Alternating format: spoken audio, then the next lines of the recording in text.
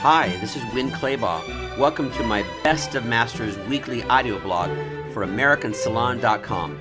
Next up is one of my favorite clips from the last 20 years of inspiring interviews from Masters Audio Club. Enjoy and learn.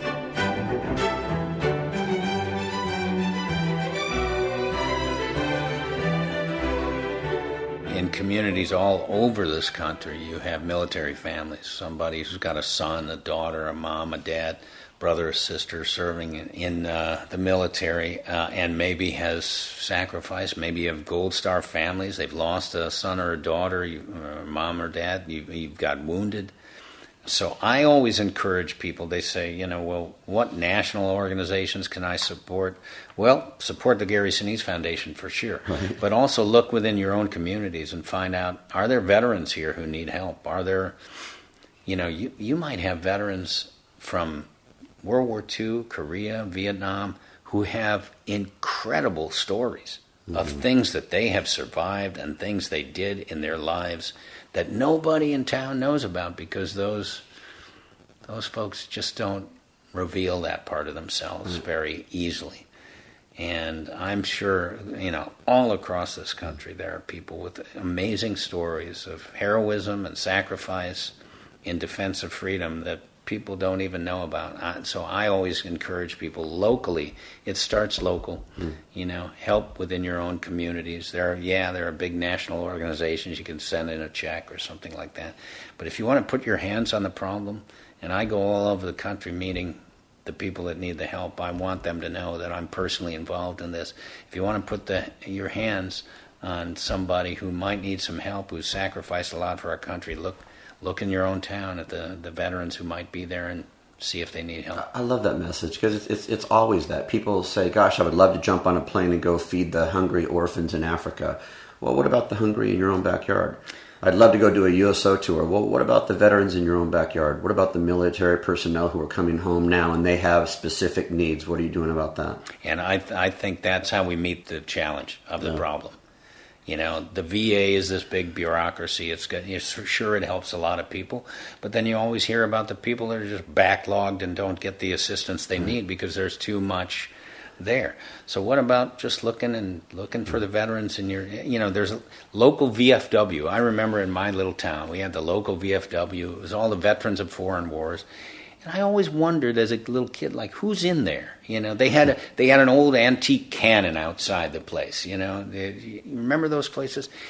And I always wondered, who's in those VFWs? But I never wondered enough to go inside and ask as a kid. And now as a grown-up who's very focused on our military and stuff, I look at that, and there's old veterans in there who have incredible stories, who did incredible things, who survived just unimaginable things that, when you look at, I'm involved with the Medal of Honor Society, and every one of those heroes has just an incredible story of survival and sacrifice. And usually, you receive the Medal of Honor, either you get killed trying to help somebody and save somebody, or you survive trying to help and save somebody.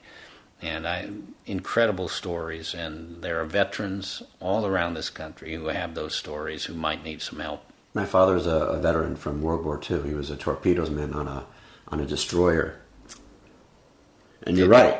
He's not forthcoming with the stories, but if you sit and talk and ask him, he can't remember what he ate for breakfast, but he can relate story after story and the sacrifices and vividly, what he went through. Sure.